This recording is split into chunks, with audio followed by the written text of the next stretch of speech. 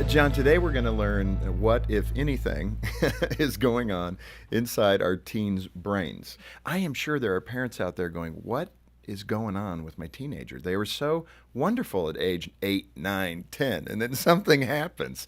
Well, what's happening is a lot of brain chemistry changes, physiological changes, and we're going to discuss that today along with the impact it has on your relationship with your teenager. Yeah, we want to equip you so you can better understand where your teen is coming from and become more effective in your parenting strategies.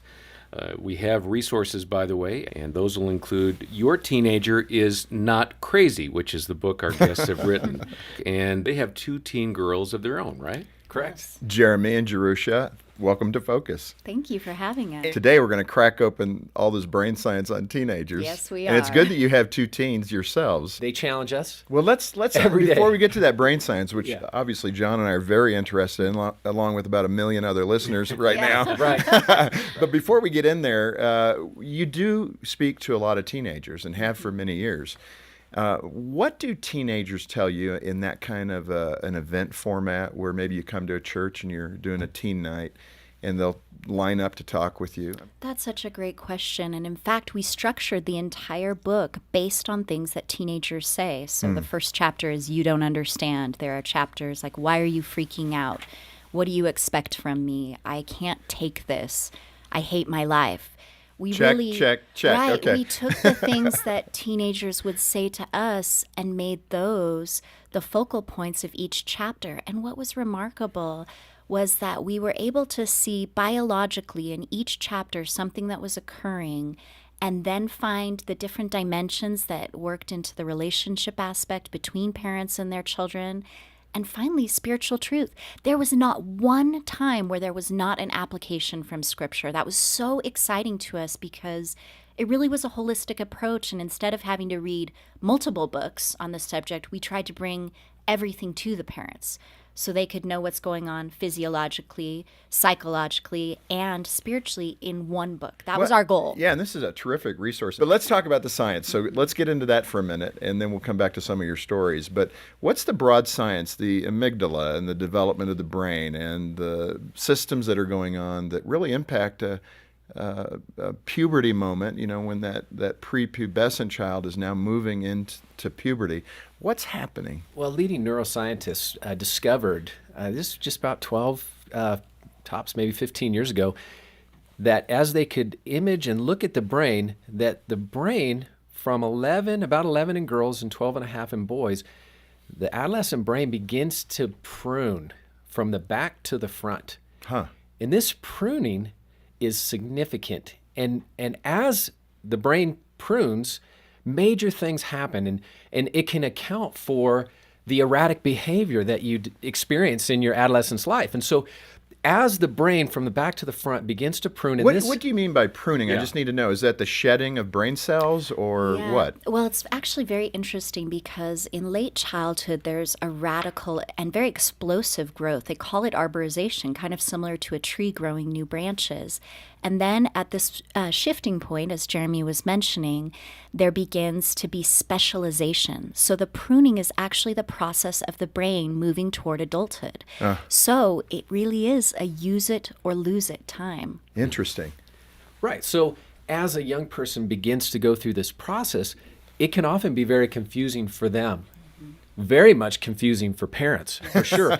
Hey, look, I felt like I was an all-star of young toddlers. When my girls were little, I would race home to see them. I'd open the door and I'd hear these little screams, and that they would run down. I'm with you 100%. They would run down the Yeah. hall and hug my legs, Yeah. and I just would play with them until they went to bed. I felt like I was an all-star at that point. And then things changed. And it began to get difficult for me. And I began to feel frustrated that I didn't have that kind of relationship with them anymore. And this research has given me great clarity into what's happening with my teen daughters. I don't have to just white knuckle this time. I can keep growing. All that stuff goes out the window. Right. Things begin to get challenging. And oftentimes the first thing out of my adolescence mouth steps on my last nerve. And I don't understand the look. Even why are you angry? And I'm like, I'm not angry. I have a neutral face. I don't. Why are you angry? Now I'm angry. But it's those underlying things, and this is what I love about your book. You're helping parents better understand what's going on in the mind, literally, of your teenager, and that's what I love. Jerusha, you mentioned something with your oldest when she turned 12 that you begin to feel apprehensive. Yeah, I was so nervous. Yeah, what was going on? Yeah, I mean, though Jeremy and I had worked with teenagers for many years, I started realizing how fearful I was of the teenage years. People make such a big deal of how difficult it is and, oh, you've got teenagers now. And with regard to my own relationship and how that worked was I was beginning to feel that kind of pit in my stomach, uncomfortable, nervous feeling. And when I take my cares and lay them down and say, I can't do this on my own, I receive God's peace. And that is profound. It's, exhibit A for evidence of a relationship with God actually changing things, because it does. I genuinely felt as He took those cares from me, as I let them go. And it's hard not to keep going back and grabbing him again. But as I let those go, I did experience, he calls it the peace that passes understanding. Because it doesn't make a lot of sense when it comes to teenagers. You would think, I need to be afraid. But you said it very well. It's the shalom of God, the peace of God. And that's what so much of the world desperately needs, especially in parenting, because there is a chaotic world out there. But it is the peace of God that allows you to get through so much of this. So you break the book down into multiple segments, like you said. One of them is a statement, John, I'm sure you've never heard in your household, you and Dina, from a teenager: leave me alone. I think that may have been just the other night. But what is a teenager expressing when they're expressing, leave me alone? Well, some of the radical changes that are happening in the brain are both physically and emotionally exhausting for teenagers. So they actually do need space. And as parents, I think it's important to recognize that. I kind of downplayed the physiological aspects that were going on, but as I researched them, as Jeremy and I discussed them, we realized we do actually need to give our kids space. And this is where the important principle of discernment comes in, because there are times that we need to push in and not allow our kids to push us away. There are other times we need to leave them alone. And so using discernment is so key. In fact, the two watchwords for us in the whole book are compassion and discernment. Compassion is one of the things, in fact, the word used most often to describe Jesus's emotions in the Gospels is compassion. And so as parents, having the compassion for our teenagers that are going through these radical changes, but then also the discernment to be able to see when to speak. Well, and one of the most difficult things as parents, we fail to remember this, is that there's usually underlying issues. When the baby is small, an infant, the reason they cry is they're uncomfortable. Something's wrong. They're hungry. They have a wet diaper. They're trying to express in the best way they know how, which is to cry, because they can't speak yet, to tell you, I'm in need of some attention. And of course, you can apply that rule all the way up to a 5-year-old, a 10-year-old, and a 15-year-old. Correct. So I think what you're saying here, and some of this brain transition, is it's a teenager's cry to say, I'm changing and I don't know what's going on. I don't know why I yelled at you, Dad. Yes. Neurobiologists discovered that an emotion follows an arc of 90 seconds. So if you don't add fuel to that emotion, that an emotion will rise and then fall within 90 seconds. And sometimes, as parents, we just need to back off, because even in their, from concrete to abstract reasoning, there's so much going on in their brains. And I've found that even in that idea alone, that an adolescent is learning how to paint with all these new colors of conversation and curiosity. They went from black and white. Now they're getting some new colors, but it's often garish. It's not really clear and precise. It's not quite the right color. Right, and they're learning. For the moment. Correct, they're learning. And so for us, one of the best things we can do during those moments is not continue to follow them down the hallway and into their bedroom. Sometimes it's okay to let them go, and sometimes even for me as a parent, to let them have the last word. Like, oh my, it's not going to end the world by allowing my 15-year-old daughter to have the last word. Jeremy, you mentioned that whole thing about step back, take a deep breath, we don't naturally do that. What triggers do you use as parents, both of you? We are. So how do you do it? How do you say, because your flesh just wants to move in that direction. So how do we become more effective, more Christ-like in our parenting? Well, we understand. First, it comes through just understanding. Do you know that their perspective memories of adolescence is developing? Meaning it's hard for them to determine in advance what they should do. They are constantly thinking in the moment, but it's hard for them to assess what I should do right now for something in the future. So we get exhausted by repeating ourselves. But if I know that my adolescent's brain is developing unevenly, and at times I'm going to have to keep reminding them, it takes some pressure off of me, and it gives me a greater compassion for where they're at. Well, we know the adolescent brain needs scaffolding. We need to help them build to their maturity. And something that we often say to one another, we say, hey, you have an adult brain, use it. Parents have the ability to be mature, to be well seasoned, to hold their emotion, to let the arc fall, to rise, get frustrated, but let it fall. We can be mature and not enter in. So we want to rise above. But the development of the brain, what's developing that takes 24 years in a male brain, and I'm not sure what the female brain is, 20, Well, it's 20? 23 typically Yeah. for young women. And actually, that portion of the brain that is the final frontier of maturation is the executive functioning of the brain. It's the brain's Judgment. CEO. It's called the prefrontal cortex. And it's located like right behind your forehead, so don't bang your head. No Three But Stooges thing. yes, exactly. No, the teenage brain, as it is pruned, like we mentioned earlier, it's also being what's called myelinated.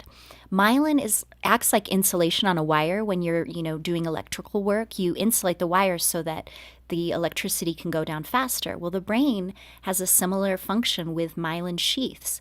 It allows the transmission of thoughts to go quicker and more specialized. So that's actually the process that finishes around 23 for girls and between 24 and 25. For some young men, even 27. That's kind of the outside. So we the start late and outskirts. we end late. Well, but it's wonderful to see the differences in the book. We have chapter devoted individually to both the female brain and the male brain for adolescents, and it's wonderful to see what God does and why it takes a little bit longer for young men. Again, the compassion aspect, if you consider that a young man experiences an increase of testosterone between the ages of 10 and 20, that's 30 times the amount of childhood. During Wow. And adolescence. so it's just a rush. Just to secure your compassion alone.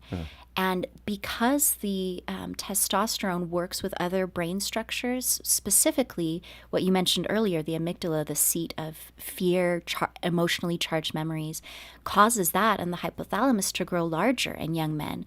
So it takes longer for their brains to become accustomed to perceiving threats, to understanding risk versus benefit.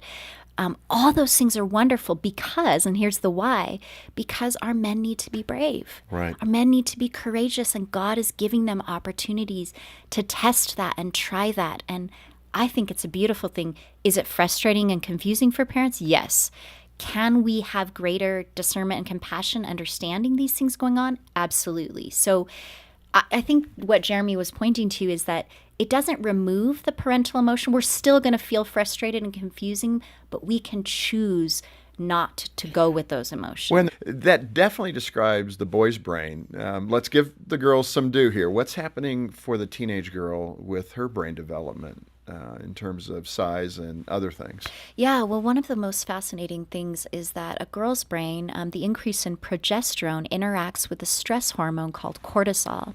So when a stressful thing happens in a girl's brain, the progesterone in her brain makes it more difficult for her to calm down. Oh. There really is a reason why girls tend to have more drama than boys. So as a parent, one of the things that you can do is allow the girl to calm down.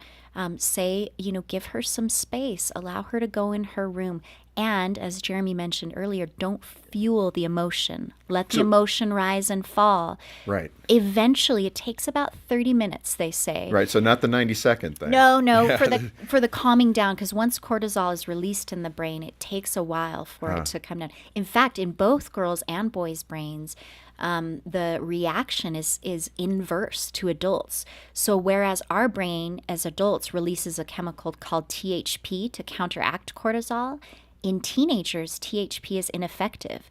And in fact, it can sometimes have the reverse effect and cause escalating stress. So we really, even though we look at them and think, you can handle this, we really have to look with compassion and say, okay, they need fewer stresses in their life. So as a parent of a teen girl, and you recognize this is what's happening, I'm in that moment, what's a good thing to say? Let's take a break for 30, 45 minutes, and then let's talk about this again. Yep. The stress that comes for a young woman, don't minimize those things. Oh, you'll get over it. It won't be that big of a deal. Just use concealer. Don't minimize.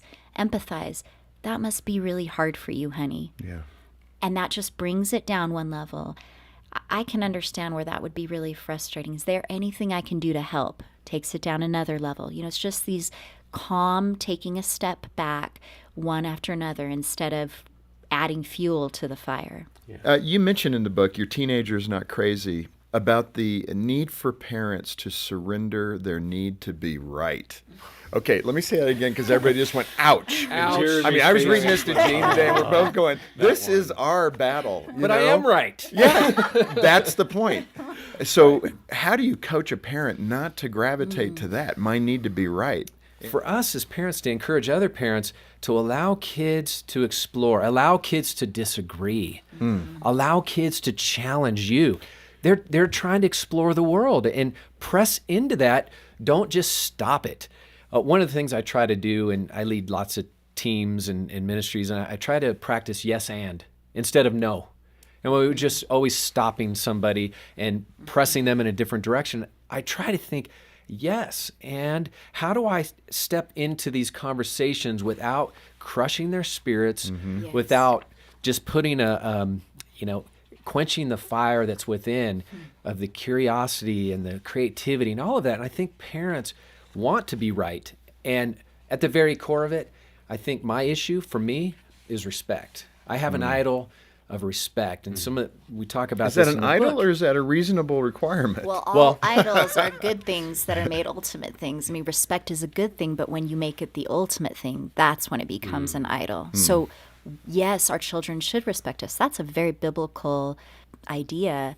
And yet, respect or our own comfort or our security or our peace, those can all become idols as we allow them to become the defining characteristics of our life. Like our teenagers are going to make us uncomfortable. And if we are looking for our life to be, comfortable above everything else, then we're going to have trouble. Hey, I'm John Fuller, and thanks for watching. Get more info about Focus over here and more from our guests over there, and be sure to subscribe to our channel as well.